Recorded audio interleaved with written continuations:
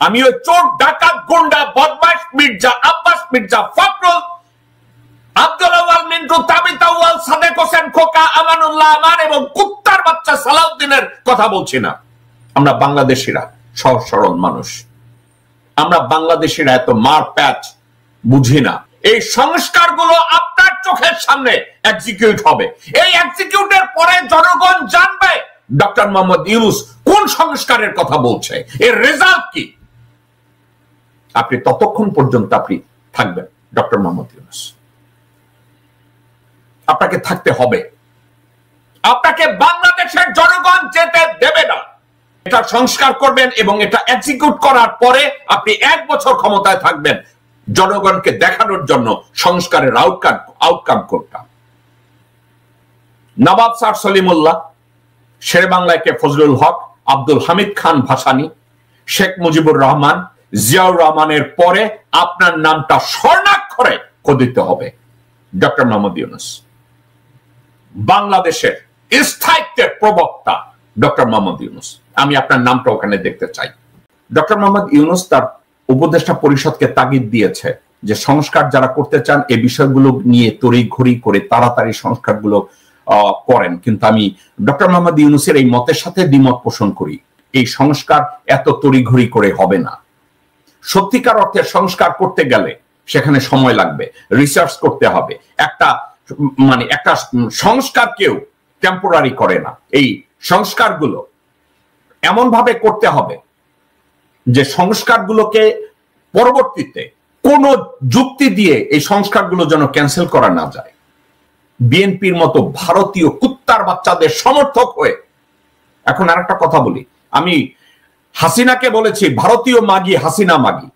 এখন বিএনপির কাকে আমি কি নাম দেব এই মুহূর্তে দিতে চাই না, কারণ তারা ক্ষমতায় আসার জন্য পাগল হয়ে গেছে।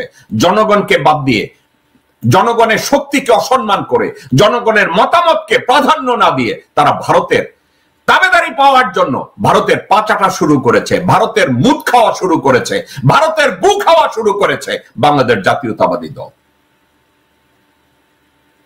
তারা যদি ভারতের তাবেদারি করে ক্ষমতায় যাওয়ার চেষ্টা করে তাদের জন্য আমি একটা নাম নির্ধারণ করব। ভারতীয় মাগি বলবো নাকি অন্য কিছু বলবো এবং কাকে বলবো পরবর্তীতে এটা আমি জানাবো।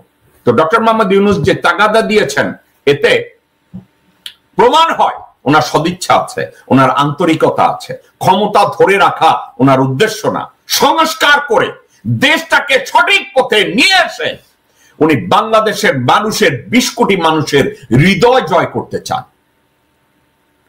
He wanted to become one of the legend.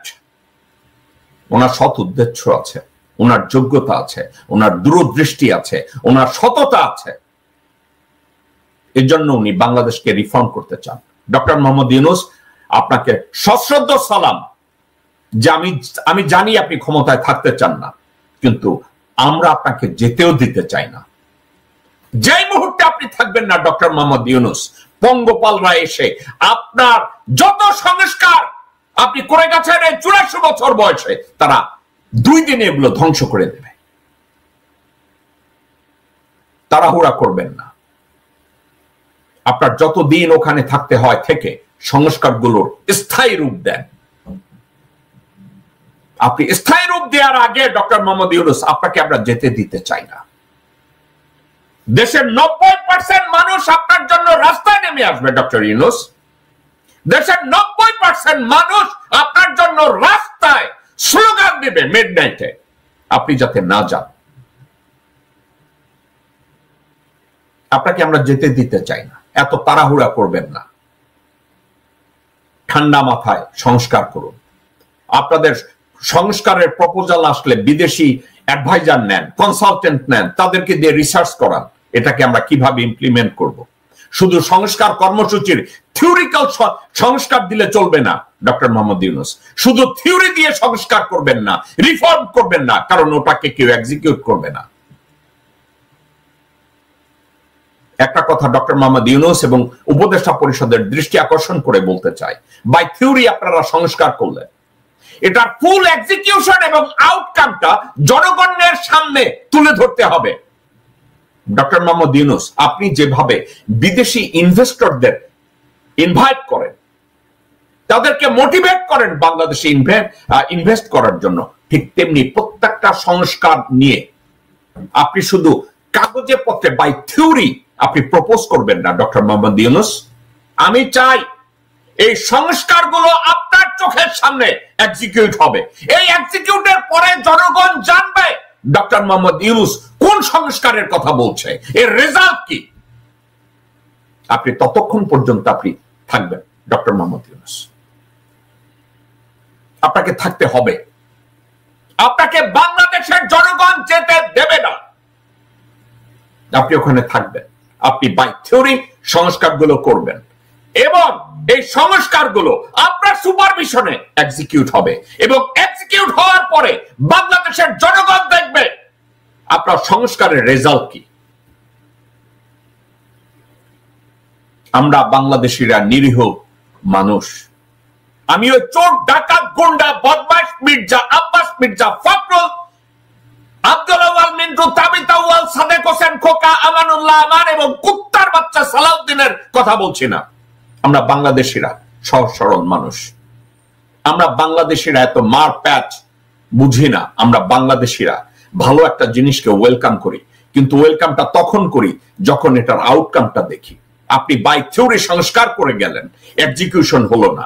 By theory আপনি সংস্কার করে গেলেন, এর আউটকাম, এক্সিকিউশনের আউটকামটা কি এটা আমরা জানলাম না, তো আমরা এটা বুঝবো না।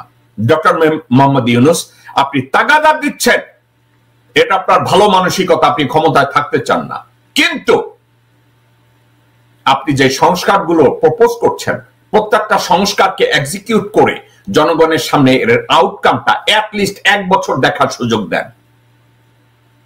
আপনি সংস্কারের বাই থিওরি এটা সংস্কার করবেন এবং এটা এক্সিকিউট করার পরে আপনি 1 বছর ক্ষমতায় থাকবেন জনগণকে দেখানোর জন্য সংস্কারের আউটকাম কোনটা।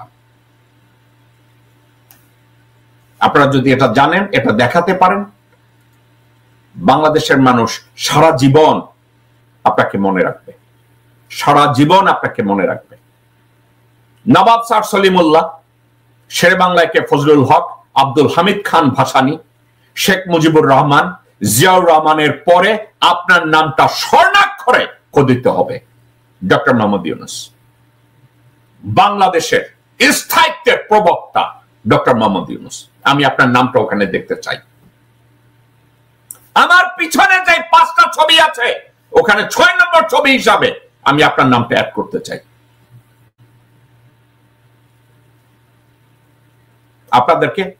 আপনাকে আমাদের দরকার।